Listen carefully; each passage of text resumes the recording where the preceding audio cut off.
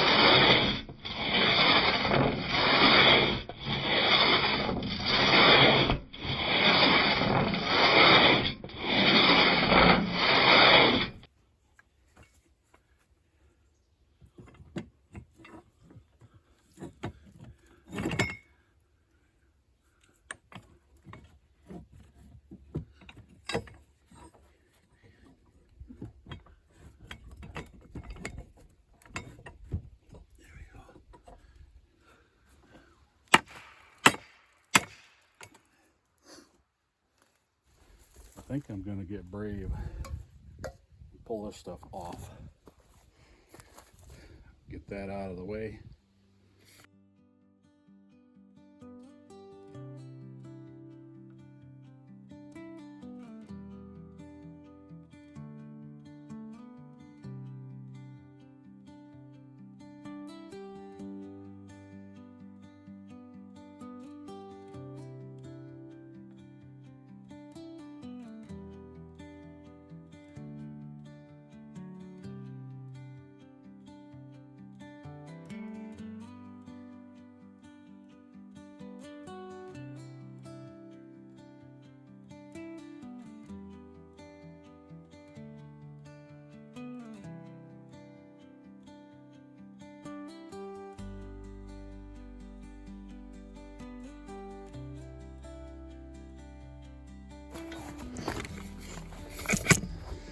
So we've got some wooden shims. I'm assuming just to get that blade to be square to the carriage. Will those need to remain that way? I do not know.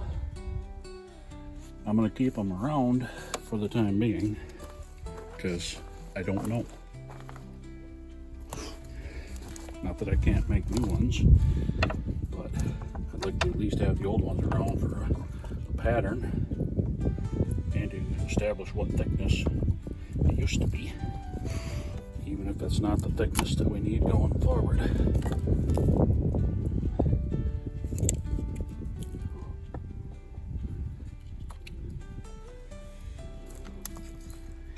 Okay, now we're down to the husk. So again, I'm going to ask why that won't come.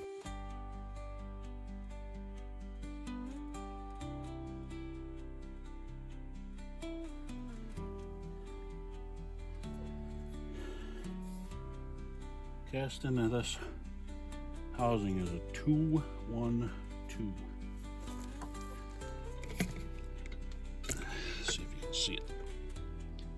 I don't know if that tells anyone anything. I doubt it, but it's one of the only castings I've found anywhere in here with a number or a logo or anything. I wonder if I got to pull this apart and it's concealing a bolt or a leg bolt down there somewhere.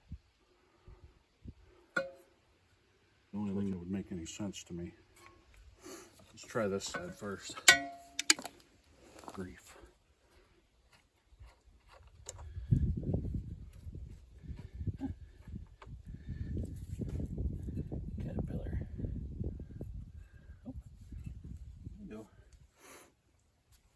how many days, years in mid-November do you have caterpillars still out and about?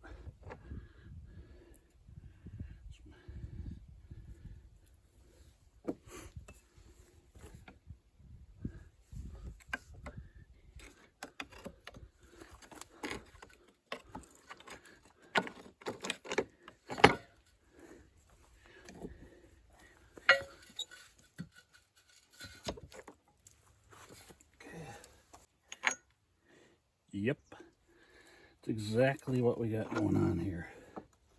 We got a lag bolt right there.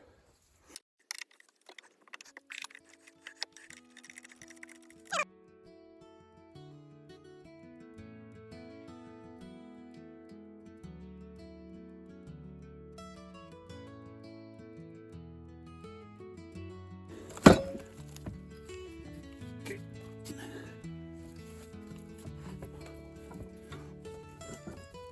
Oh, there we go.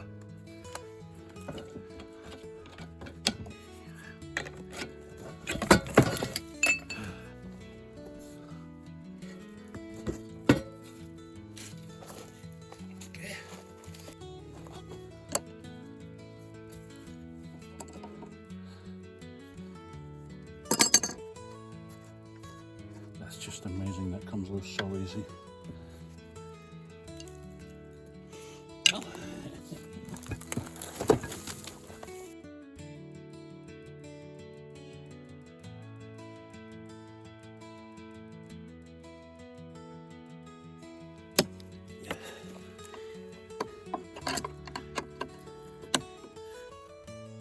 There we go.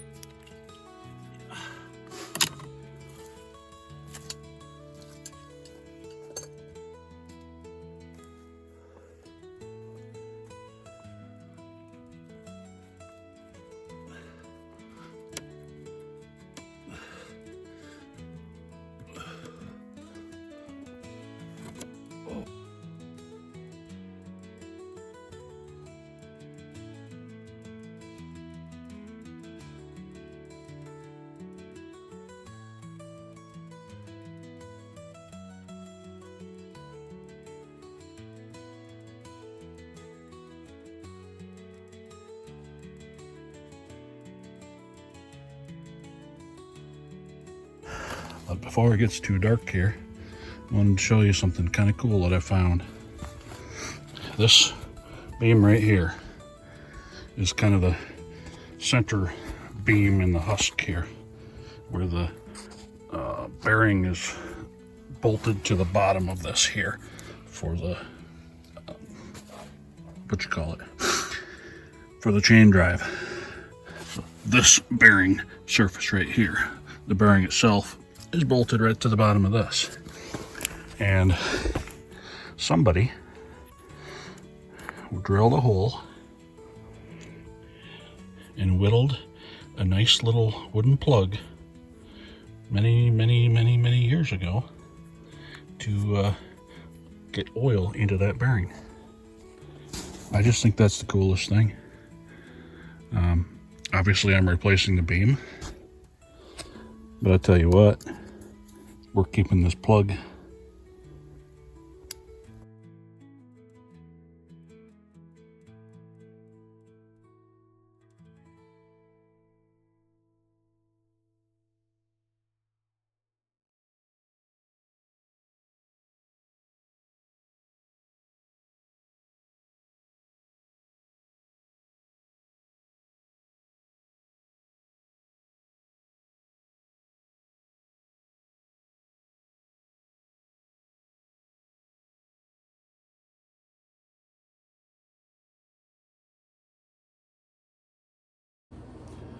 I know there are a number of people who really enjoy the feline presence in some of my videos, so haven't been much of that since we've been working at the farm on the sawmill.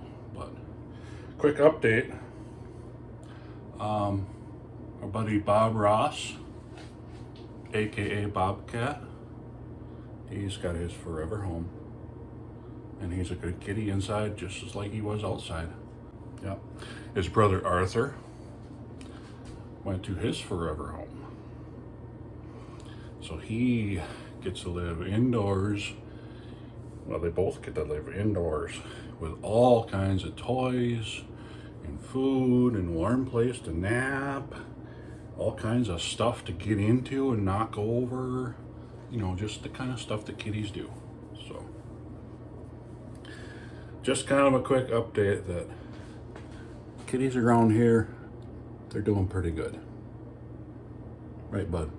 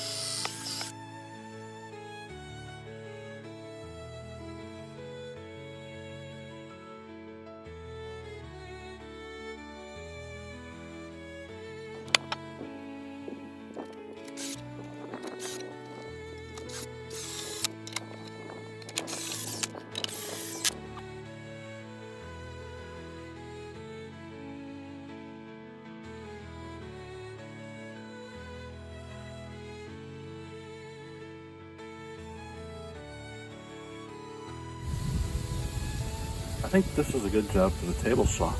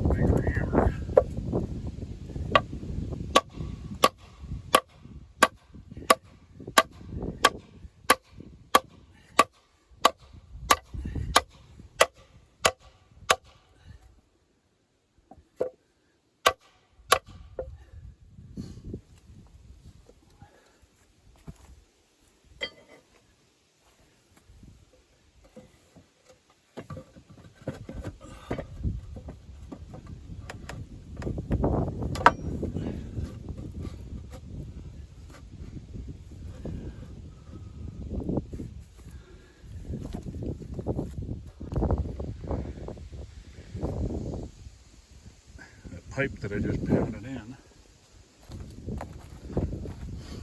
is for this hand crank to pass through.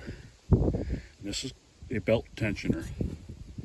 The belt was missing that was supposed to be on there, but it doesn't change the fact that it's a belt tensioner.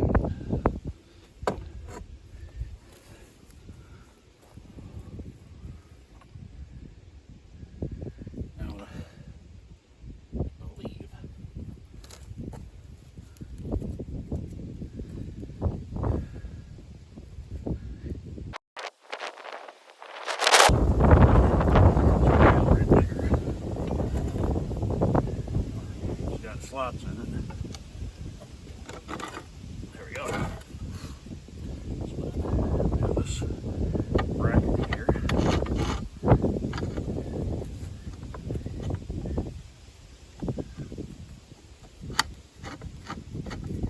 Go. It is started. Looks like that is going to sit there for us. So that hand crank just pulls this little pulley away from whatever the other end of the belt is. I'm not sure yet. So there's two slots here. Those are going to hook onto this rail here on this particular shaft. So we can't put that shaft in because we don't have the bolts to put the bearing on the bottom yet. I think that's probably where I'm going to leave you.